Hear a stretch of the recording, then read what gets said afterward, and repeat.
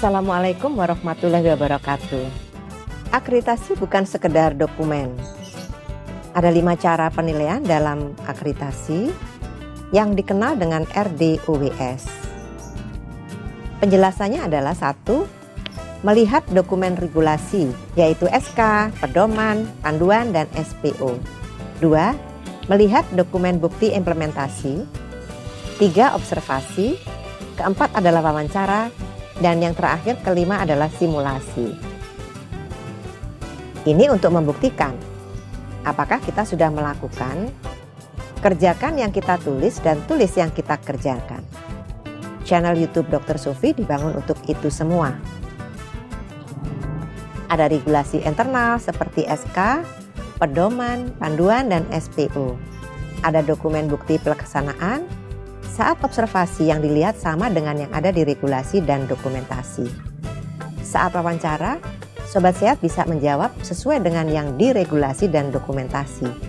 Dan saat diminta melakukan simulasi, bisa melaksanakan sesuai SPO yang Sobat Sehat susun sendiri. Sobat Sehat, ini video saya yang ke-206. Akan membahas 7 standar keselamatan pasien. Sebelum melihat video 206, saya anjurkan Sobat Sehat melihat dulu video 203, 204, dan 205. Sobat Sehat, yuk kita bahas 7 standar keselamatan pasien. Mengingat masalah keselamatan pasien merupakan masalah yang perlu ditangani segera di fasilitas pelayanan kesehatan di Indonesia, maka diperlukan standar keselamatan pasien fasilitas pelayanan kesehatan yang merupakan acuan bagi Fasyankes di Indonesia untuk melaksanakan kegiatannya. Standar keselamatan pasien wajib diterapkan Fasyankes dan penilaiannya dilakukan dengan menggunakan instrumen akreditasi. Standar keselamatan pasien tersebut terdiri dari 7 standar, yaitu yang pertama, hak pasien. Kedua, mendidik pasien dan keluarga. Ketiga, keselamatan pasien dan kesinambungan pelayanan. Keempat, menggunakan metode-metode peningkatan kinerja untuk melakukan evaluasi dan program peningkatan keselamatan pasien. Kelima, peran kepemimpinan dalam meningkatkan keselamatan pasien. Keenam, mendidik staf untuk keselamatan pasien. Dan 7, komunikasi merupakan kunci bagi staf untuk mencapai keselamatan pasien. Uraian dari 7 standar tersebut di atas adalah sebagai berikut.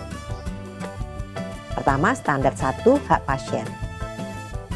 Standarnya adalah pasien dan keluarganya mempunyai hak untuk mendapatkan informasi tentang rencana dan hasil pelayanan, termasuk kemungkinan terjadinya insiden. Kriterianya adalah 1.1 harus ada dokter penanggung jawab pelayanan. 1.2 dokter penanggung jawab pelayanan wajib membuat rencana pelayanan. 1.3 dokter penanggung jawab pelayanan wajib memberikan penjelasan secara jelas dan benar kepada pasien dan keluarganya tentang rencana dan hasil pelayanan, pengobatan atau prosedur untuk pasien, termasuk kemungkinan terjadinya insiden. Kedua, standar 2, mendidik pasien dan keluarga. Standarnya adalah fasilitas pelayanan kesehatan harus mendidik pasien dan keluarganya tentang kewajiban dan tanggung jawab pasien dalam asuhan pasien. Kriterianya, keselamatan dalam pemberian pelayanan dapat ditingkatkan dengan keterlibatan pasien yang merupakan partner dalam proses pelayanan. Karena itu, di fasilitas pelayanan kesehatan harus ada sistem dan mekanisme mendidik pasien dan keluarganya tentang kewajiban dan tanggung jawab pasien dalam asuhan pasien.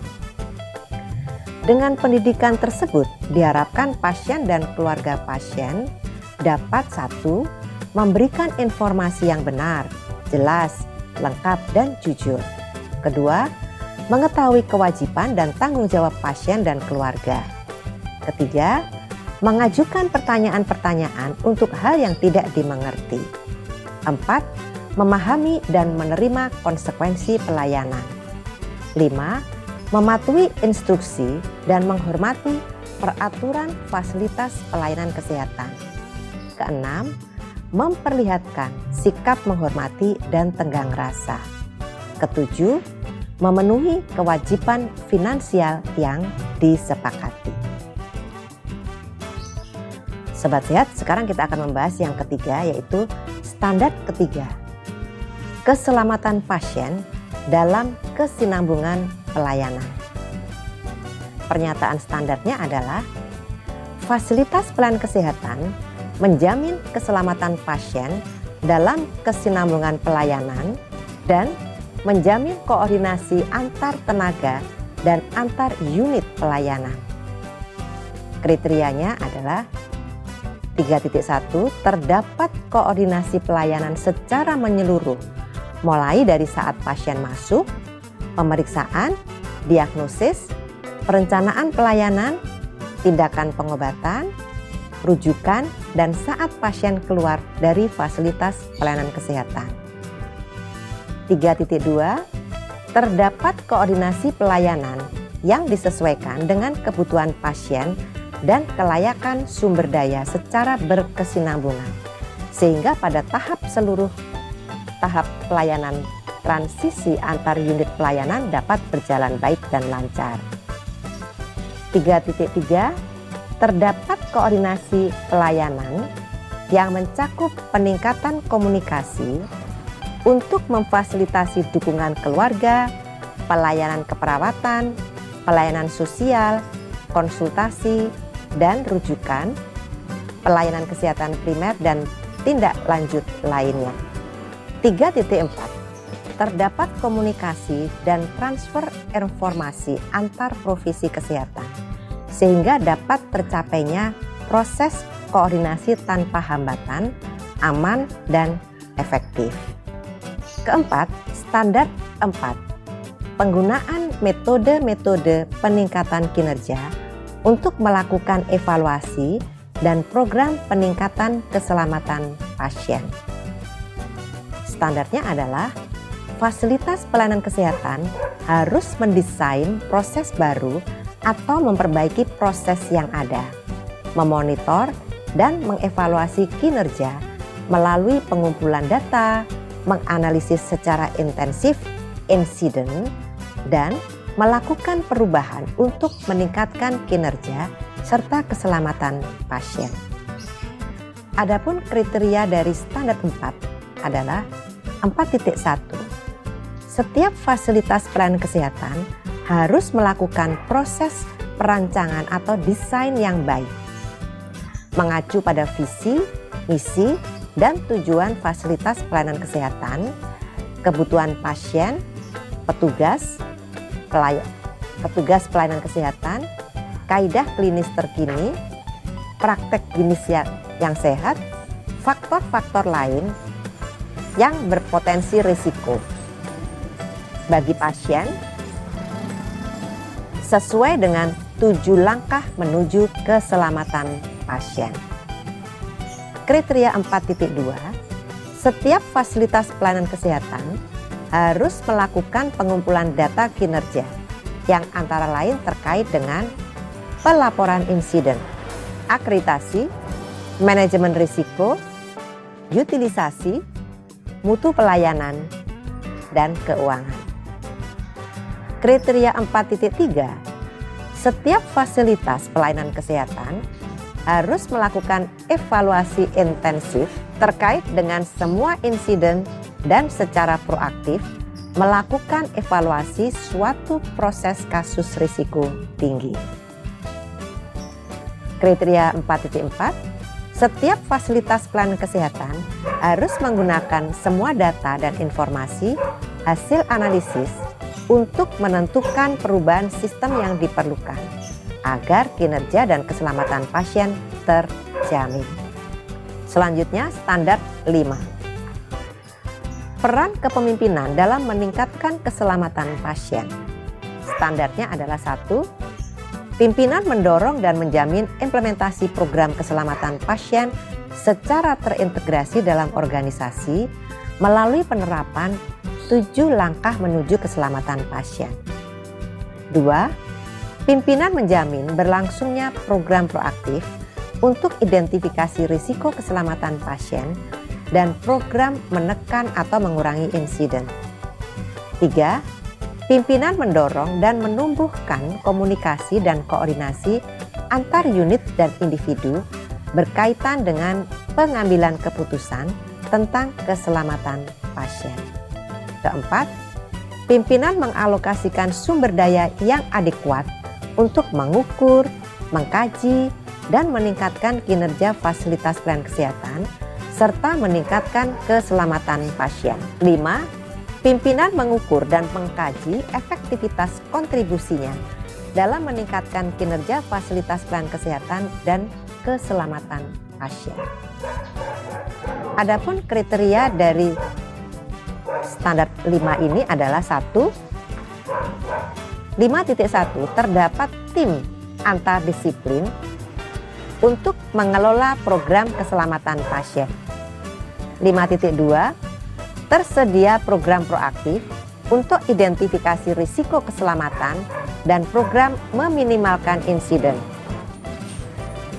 Insiden meliputi kondisi potensial cedera atau KPC, kondisi nyaris cedera atau KNC, kejadian tidak cedera atau KTC, kejadian tidak diharapkan atau KTD. Selain insiden di atas, terdapat KTD yang mengakibatkan kematian, cedera permanen atau cedera berat yang temporer dan membutuhkan intervensi untuk mempertahankan kehidupan baik fisik maupun psikis yang tidak terkait dengan perjalanan penyakit atau keadaan pasien yang dikenal dengan kejadian sentinel. Contoh kejadian sentinel antara lain tindakan invasif atau pembedahan pada pasien yang salah, tindakan invasif atau pembedahan pada bagian tubuh yang keliru, ketinggalan instrumen, alat, benda-benda lain dalam tubuh pasien sesudah tindakan pembedahan, bunuh diri pada pasien rawat inap, embolisme gas intravaskuler yang mengakibatkan kematian atau kerusakan neurologis, reaksi hemolitis transfusi darah akibat inkompatibilitas A, B, O, kemudian kematian ibu melahirkan, kematian bayi full term yang tidak diantisipasi, penculikan bayi, bayi tertukar, perkosaan atau tindakan kekerasan terhadap pasien, staf, maupun pengunjung. Selain contoh kejadian sentinel di atas, terdapat kejadian sentinel yang berdampak luas atau nasional. Di antaranya berupa kejadian yang sudah terlanjur di blow up oleh media, kejadian yang menyangkut pejabat, selebriti, dan public figure lainnya. Kejadian yang melibatkan berbagai institusi maupun fasilitas pelayanan kesehatan lain. Kejadian yang sama yang timbul di berbagai fasiankes dalam kurun waktu yang relatif bersamaan. Kejadian yang menyangkut moral, misalnya perkosaan atau tindakan kekerasan. Kriteria 5.3. Tersedia mekanisme kerja untuk menjamin bahwa semua komponen dari fasilitas pelayanan kesehatan terintegrasi dan berpartisipasi dalam program keselamatan pasien. Kriteria 5.4, tersedia prosedur cepat tanggap terhadap insiden, termasuk asuhan pasien kepada pasien yang terkena musibah. Membatasi risiko pada orang lain dan penyampaian informasi yang benar dan jelas untuk keperluan analisis. Kriteria 5.5, tersedia mekanisme pelaporan internal dan eksternal berkaitan dengan insiden, termasuk penyediaan informasi yang benar dan jelas tentang analisis akar masalah kejadian nyaris cedera atau KNC atau near miss dan kejadian sentinel pada saat program keselamatan pasien mulai dilaksanakan. Kriteria 5.6, tersedia mekanisme untuk menangani berbagai jenis insiden, misalnya menangani kejadian sentinel atau sentinel event, atau kegiatan proaktif untuk memperkecil risiko, termasuk mekanisme untuk mendukung staf dalam kaitan dengan kejadian sentinel. Kriteria 5.7, terdapat kolaborasi dan komunikasi terbuka secara sukarela antar unit dan antar pengelola pelayanan di dalam fasilitas pelayanan kesehatan dengan pendekatan antar disiplin. Kriteria 5.8, tersedia sumber daya dan sistem informasi yang dibutuhkan dalam kegiatan perbaikan kinerja pelayanan kesehatan dan perbaikan keselamatan pasien, termasuk evaluasi berkala terhadap kecukupan sumber daya tersebut. Kriteria 5.9, tersedia sasaran terukur dan pengumpulan informasi menggunakan kriteria objektif untuk mengevaluasi efektivitas perbaikan kinerja fasilitas pelayanan kesehatan dan keselamatan pasien, termasuk rencana tindak lanjut dan implementasinya. Selanjutnya kita akan bahas standar ke-6, yaitu mendidik staf tentang keselamatan pasien. Standarnya adalah 1, fasilitas pelayanan kesehatan terutama rumah sakit memiliki proses pendidikan, pelatihan, dan orientasi untuk setiap jabatan, mencakup keterkaitan jabatan dengan keselamatan pasien secara jelas. 2, fasilitas pelayanan kesehatan terutama rumah sakit menyelenggarakan pendidikan dan pelatihan yang berkelanjutan untuk meningkatkan dan memelihara kompetensi staf serta mendukung pendekatan interdisipliner dalam pelayanan pasien. Adapun kriterianya adalah 6.1. Setiap fasilitas pelayanan kesehatan terutama rumah sakit harus memiliki program pendidikan, pelatihan, dan orientasi bagi staf baru yang memuat topik keselamatan pasien sesuai dengan tugasnya masing-masing. 6.2. Setiap fasienkes terutama rumah sakit harus mengintegrasikan topik keselamatan pasien dalam setiap kegiatan in-service training dan memberi pedoman yang jelas tentang pelaporan insiden. Kriteria 6.3, setiap fasilitas pelayanan kesehatan harus menyelenggarakan pelatihan tentang kerjasama kelompok atau teamwork guna mendukung pendekatan interdisipliner dan kolaboratif dalam rangka melayani pasien. Standar ke-7 adalah komunikasi sebagai kunci bagi staf untuk mencapai keselamatan pasien. Adapun standarnya adalah 1, fasilitas pelayanan kesehatan merencanakan dan mendesain proses manajemen informasi keselamatan pasien untuk memenuhi kebutuhan informasi internal dan eksternal. Kedua, transmisi data dan informasi harus tepat waktu dan akurat. Adapun kriteria dari standar 7 adalah 7.1, perlu disediakan anggaran untuk merencanakan dan mendesain proses manajemen untuk memperoleh data dan informasi tentang hal-hal terkait dengan keselamatan pasien. Kriteria 7.2, tersedia mekanisme identifikasi masalah dan kendala komunikasi untuk merevisi manajemen informasi yang ada. Demikianlah Sobat Sehat, di video 206 ini kita telah membahas tentang 7 standar keselamatan pasien. Sobat Sehat bisa melihat lebih rinci pada Permenkes RI nomor 11 tahun 2017 tentang keselamatan pasien. Kita akan bertemu kembali di video 207 untuk membahas tentang 6 sasaran keselamatan pasien nasional atau SKPN. Sampai di sini dulu ya. Saya tetap mengundang masukan dari Sobat Sehat. Silakan sampaikan di kolom komentar. Semoga selalu sehat. Wassalamualaikum warahmatullahi wabarakatuh.